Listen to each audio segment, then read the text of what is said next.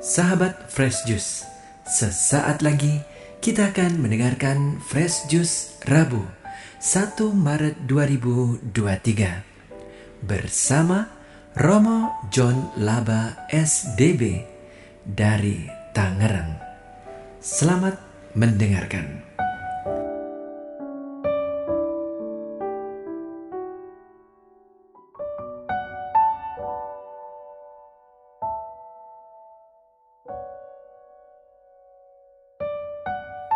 Saudari dan saudara yang saya kasih dalam Kristus, jumpa lagi bersama saya Romo John Laba SDB dari komunitas Novisiat Salesian Don Bosco di Tiga Raksa, Tangerang. Hari ini hari Rabu, pekan Prapaskah yang pertama. Saya akan membacakan Injil dan memberikan renungan untuk kita semua. Tuhan bersamamu dan bersama rohmu. Inilah Injil suci menurut Lukas. Dimuliakanlah Tuhan.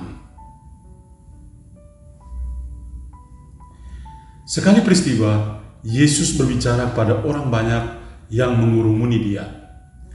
Angkatan ini adalah angkatan yang jahat. Mereka menuntut suatu tanda, tetapi mereka tidak akan diberi tanda selain tanda Nabi Yunus. Sebab, sebagaimana Yunus menjadi tanda bagi orang-orang Niniwe, demikian pula Anak manusia akan menjadi tanda bagi angkatan ini. Pada waktu penghakiman, Ratu dari Selatan akan bangkit bersama orang dari angkatan ini dan akan menghukum mereka. Sebab Ratu itu datang dari ujung bumi untuk mendengarkan hikmat Salomo. Dan sungguh yang ada di sini lebih dari Salomo.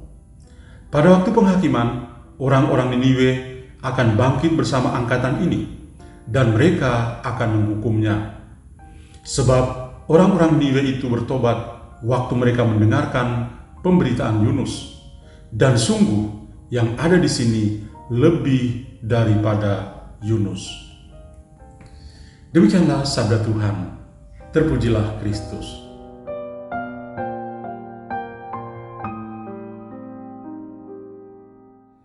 Saudari dan saudara yang saya kasih dalam Kristus, saya memberi judul renungan hari ini, Misionaris Pertobatan. Kita sedang berada di hari Rabu, pekan pertama dalam masa Prapaskah. Ini berarti sudah satu pekan kita lewati bersama kalau kita hitung dari hari Rabu Abu yang kita rayakan pada pekan yang lalu. Saya mengingat sebuah perkataan dari Santo Yohanes Chrysostomus. Dia mengatakan, malu ketika Anda berbuat dosa. Jangan malu ketika Anda bertobat. Karena bertobat itu berarti memiliki perubahan hati dan pikiran. Bermetanoia. Ini bukan hanya sekedar perasaan sedih, tetapi pertumbuhan psikospiritual yang menjauh dari kejahatan atau kematian dan berpaling kepada Tuhan atau kehidupan.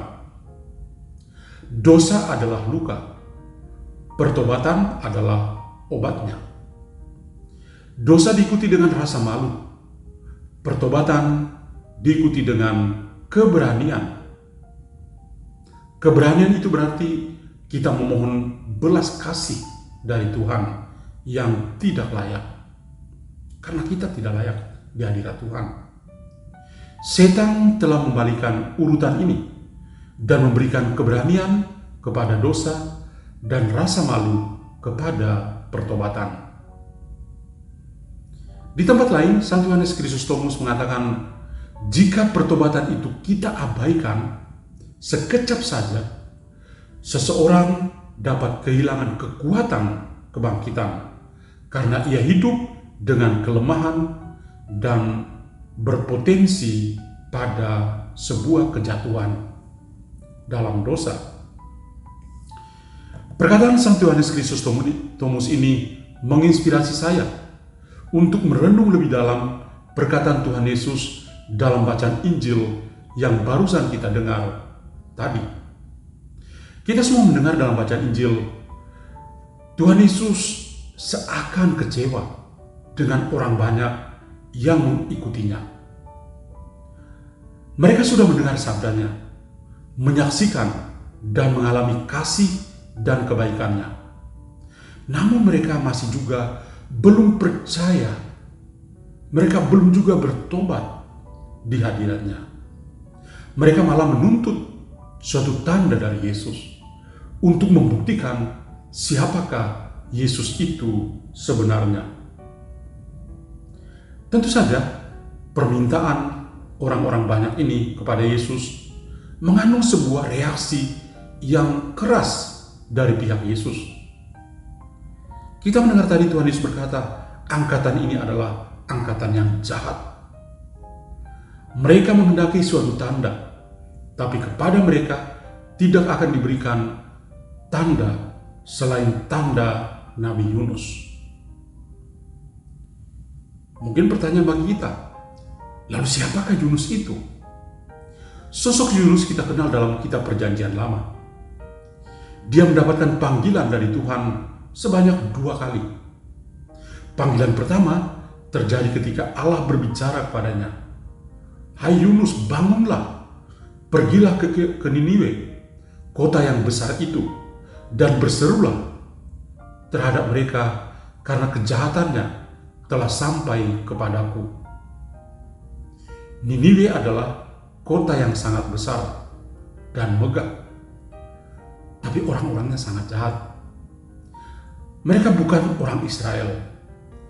Mereka tidak menyembah Allah. Akan tetapi Nabi Yunus tidak mau menyampaikan firman Allah kepada Niniwe tersebut. Dia malah melarikan diri ke Tarsis. Karena ketidaktaatannya ini, maka Yunus mengalami musibah bersama kapal yang ditumpanginya. Ia akhirnya bersedia dibuang ke laut dan ditelan oleh ikan, dan dia berada dalam perut ikan selama 3 hari dan 3 malam. Di sini kita melihat ada sosok Yunus yang tidak mentaati kehendak Tuhan, ada musibah dan ada keselamatan yang diberikan oleh Tuhan kepadanya. Panggilan yang kedua dari Yunus itu terjadi ketika dia dipanggil kembali oleh Tuhan dan dia menjawab dan dia melakukan panggilan itu dengan baik. Dia melakukan kehendak Tuhan dengan pergi untuk menyerukan pertobatan di Niniwe yang sebagai dikatakan kota yang besar, kota yang megah, dan bisa dilalui selama 3 hari perjalanan. Seruan tobat dari Yunus dapat mengubah seluruh penghuni kota itu, mulai dari rajanya hingga seluruh penghuni kota Niniwe. Seruan tobat ini benar-benar mengena pada kehidupan mereka semua. Tuhan Yesus mengatakan bahwa Yunus itu menjadi tanda pertobatan bagi bangsa Niniwe. Yunus sendiri mengalami pertobatan dan pada akhirnya membawa pertobatan kepada orang-orang Niniwe. Yunus itu berubah ketika dia mengalami hidup yang tidak nyaman di dalam perut ikan selama 3 hari dan 3 malam.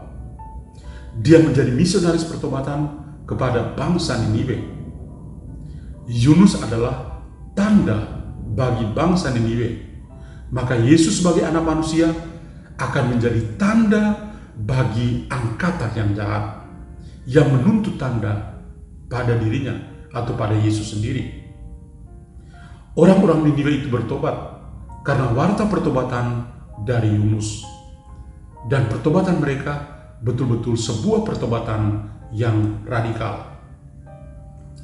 Yesus sendiri lebih dari Yunus, karena dia akan memberi dirinya sampai tuntas untuk banyak orang. Dia tidak hanya menyerukan pertobatan dalam pewartaannya, tapi dia juga memberi dirinya. Bahkan dia wafat dan dikuburkan selama 3 hari dan 3 malam, dan 3 hari kemudian dia bangkit dari antara orang mati. Apa pesan dan harapan Tuhan bagi kita semua pada hari ini? Tuhan menghendaki supaya kita juga memiliki semangat misioner untuk membawa pertobatan kepada sesama kita yang lain. Yunus dengan warta pertobatannya dapat mengubah kiblat hidup bangsa Niniwe, dan mereka bertobat secara radikal. Bahkan Tuhan sendiri tidak memberikan siksaan kepada mereka, padahal Dia sudah merancangnya. Yesus lebih dari Yunus karena Dia menyerukan pertobatan, dan Dia juga mengorbankan dirinya, memberi dirinya sampai tuntas dengan wafat dan bangkit pada hari yang ketiga. Dan lihatlah, ada perubahan dari Yunus kepada Yesus, dari kata-kata kepada perbuatan yang nyata di dalam diri Yesus sendiri. Pertobatan bukan hanya kata-kata, tapi harus menjadi sebuah tindakan yang nyata. Dan Yesus melakukan itu.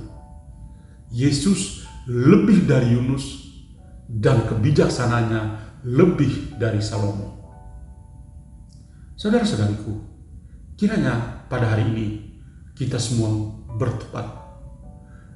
Pengalaman akan Allah itu ditandai dengan pertobatan yang terus-menerus di dalam diri kita. Dan kita semua bisa menjadi misionaris pertobatan kepada orang-orang lain. Amin. Marilah berdoa. Allah Bapa dalam surga, kami bersyukur padamu. Engkau memberikan pada kami Tuhan Yesus Kristus yang lebih dari Salomo, lebih dari Yunus. Dia menyerukan pertobatan dan Dia menyerahkan dirinya secara total untuk keselamatan kami. Sungguh Dia mengasihi kami. Terima kasih Tuhan. Semoga hari ini juga menjadi hari pertobatan bagi kami. Amin. Dan kiranya kita semua sepanjang hari ini senantiasa dilindungi dan diberkati oleh Allah yang Maha Kuasa, Bapa dan Putra dan Roh Kudus. Amin. Tuhan memberkati kita semua. Sahabat Fresh Juice, kita baru saja mendengarkan Fresh Juice Rabu 1 Maret 2023. Terima kasih kepada Romo John Laba untuk renungannya pada hari ini. Sampai berjumpa kembali dalam Fresh Juice edisi selanjutnya. Tetap semangat, jaga kesehatan, dan salam Fresh Juice.